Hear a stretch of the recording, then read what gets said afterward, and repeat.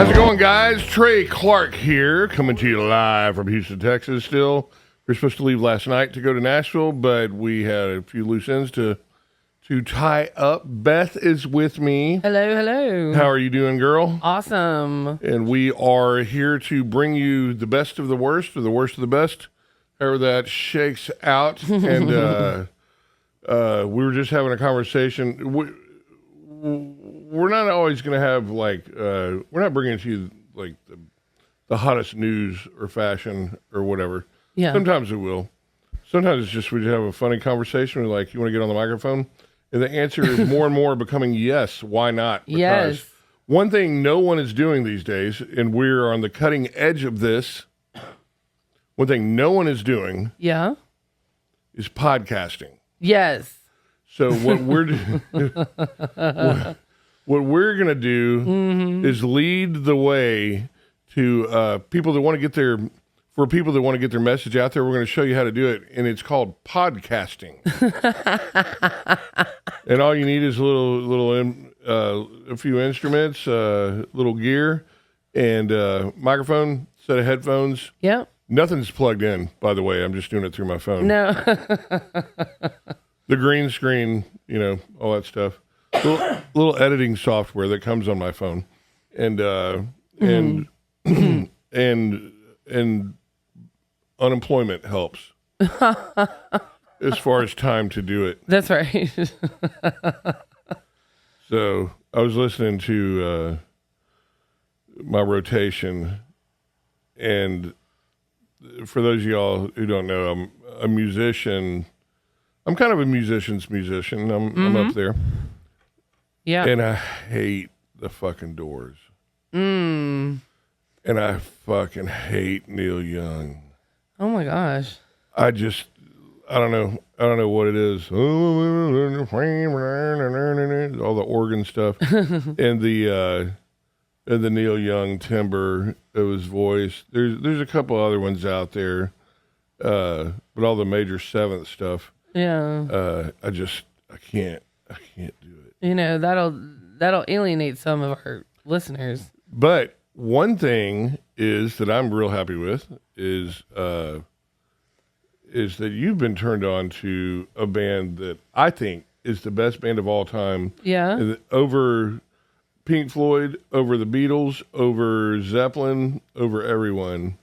And that is by my boy Freddie Mercury.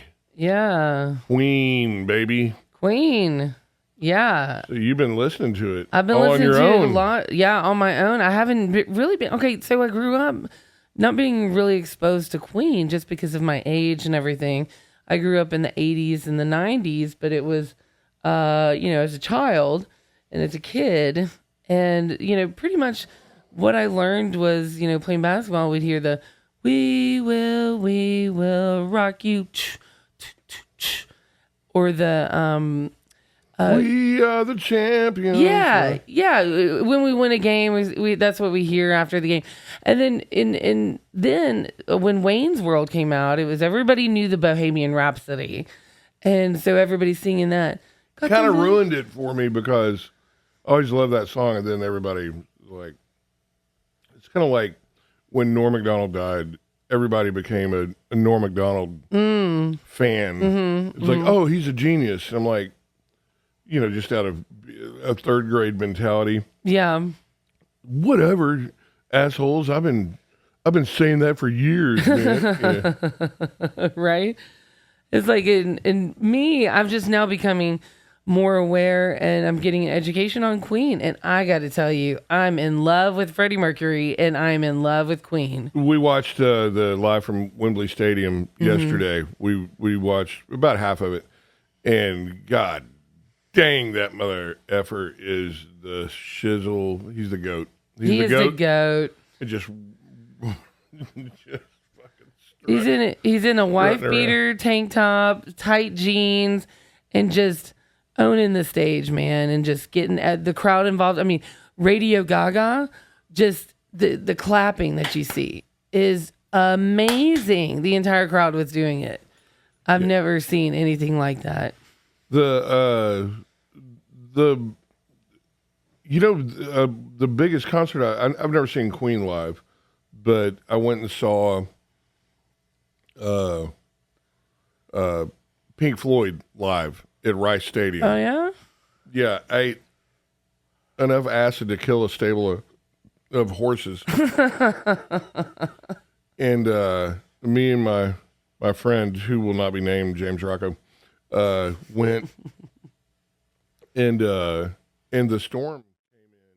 Of course, when the clouds are there, it has something for the lasers to bounce off from, and so they don't just shoot into everything. Right. And then if there's a mist in the air, it's kind of like smoke in the air in a theater. You get to see everything. But with all the sound effects and everything, and the lightning was coming in. So a storm was coming in to Rice Stadium, and it was crazy. Yeah. And right as I'm starting to trip, everything just starts to hit, and you're like, is this part of the concert? Or is this part of the of Mother Nature rolling in? The natural elements. Yeah. And we're just sitting there. I mean, we're enjoying it and stuff like that. And then there was a point in time where they had to kind of shut it down for a minute, and then they came back on, and David Gilmour, this is after Roger Waters had left the band. This was probably 20 years ago, maybe. And the canopy started to sink, and you saw it happening. And it happened fast because the rain came in, and there was like probably 6 or 10 black backup singer women that were just doing all the oohs and ahs and stuff like that. And the canopy started to sink. And certainly you knew what was going to happen. The whole thing dripped down on them.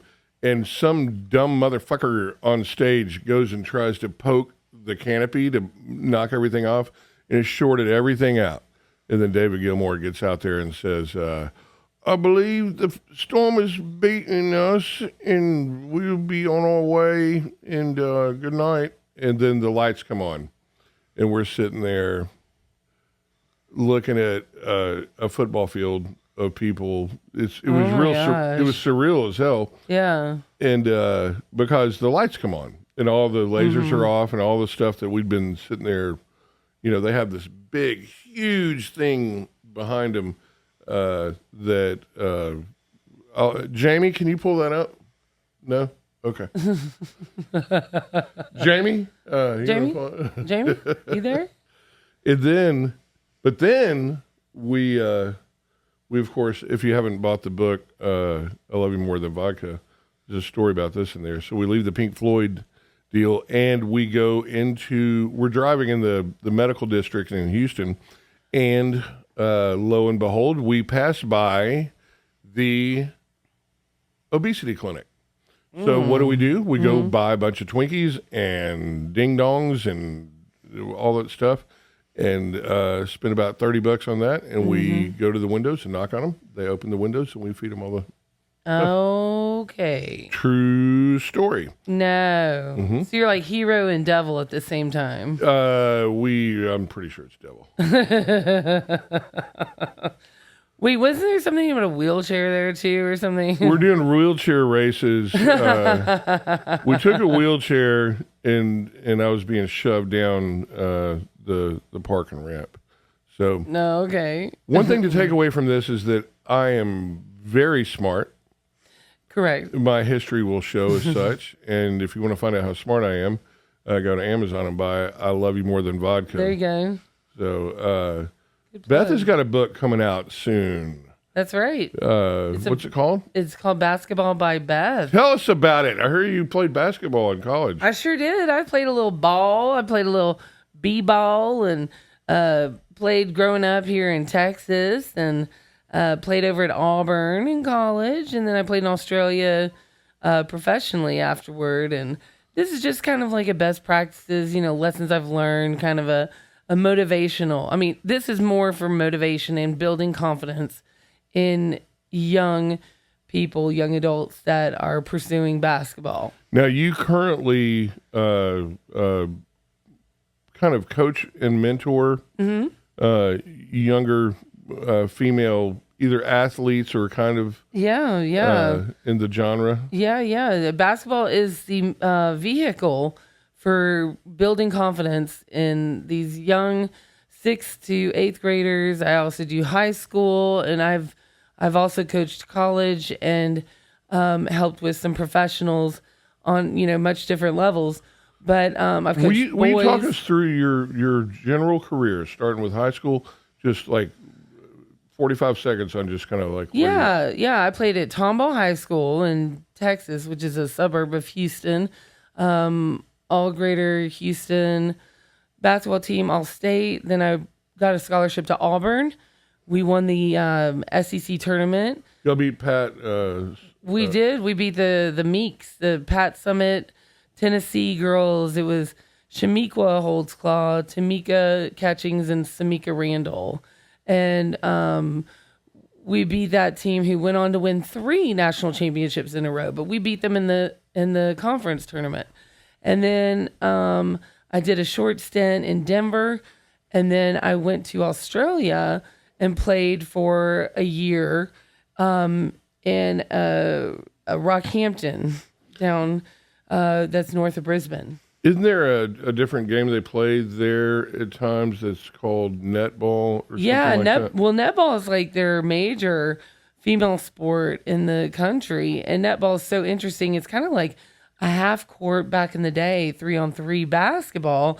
You don't dribble. You just do a lot of cutting, a lot of passing, a lot of getting open, but there's no backboard. And you shoot at the same level rim. It's about a 10-foot rim, same size as a basketball goal, but there's no backboard. And on defense, you have to give the offensive player shooting about 3 feet of space. You aren't allowed to get up So in you're their not face. allowed to You're not really allowed to contest a shot. Wow. So basically, now your mother was on the very first Lady Tigers team. Is that correct? That's right. Yeah, she was in her Hall of Fame in undergrad at Ohio Wesleyan, and she was an All-American in field hockey, and she's in the Hall of Fame for basketball as well. And then when she went to vet school, she had a year of eligibility left, and she played on the first women's basketball team at Auburn. Wow. Speaking of vet school, today's show is brought to you by Trey Clark's Canine Kitchen. Yeah. And which Jamie, can you pull it up? There you Okay. We'll fix this soon enough.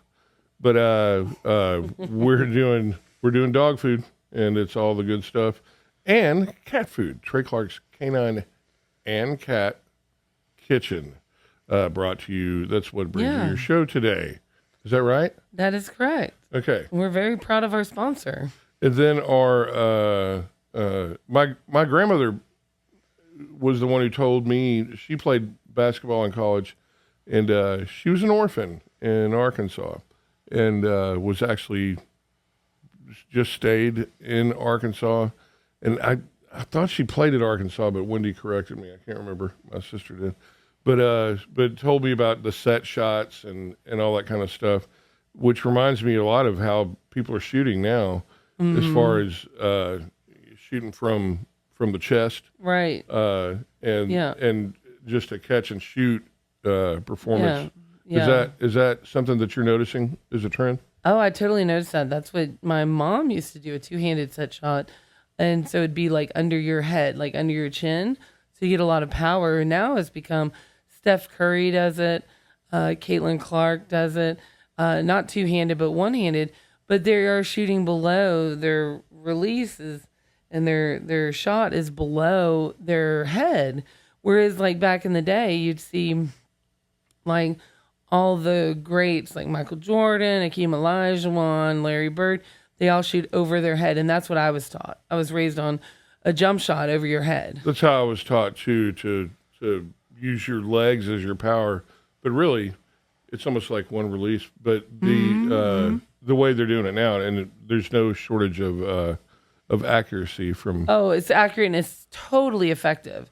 You also had to bounce pass too. You can only dribble twice or 3 times. I'm not sure about that, but yes, there's some sort of rule about that, and then bounce passes, and then they had split court. My mom played basketball in Tennessee, and she actually played against Pat Summitt in high Really? school. Yes, she did. And my mom was third leading scorer in the state of Tennessee, and they had 3-on-3 half court. So there was 6 on the court, 3 on one end, 3 on the other, and that's how they played the game. But then when she went to college, and then ended up in Auburn, they played full court, like 5-on-5. Oh, so I bet y'all had a lot of practice. Practice. Man, we're talking about practice. We're talking about practice, not the game I die for. So we are going to wrap it up here in a second. I was just thinking of something, but we ate at the Red Lion last night. We ate chicken tiki masala and shepherd's pie. Yeah. And loaded mashed potatoes. And fish and chips. So one thing that I want to express with all sincerity is Beth is fat as fuck. Well, it also helps that I love to eat and that you're an amazing chef. I actually, it's the one thing that I know how to do because I was taught instead of learned on my own. Yes. But the masala is, I've never made that. I grew up making shepherd's pie and all that stuff. But if you want to eat any good menu options, Like today, it's very important about your unit. so we're going to wrap this up here. And thanks for tuning in to Truth Dookie. And we are we're always here to help. So don't try suicide, as Queen says. Nobody likes it. Nobody cares. Cheers, guys. Cheers.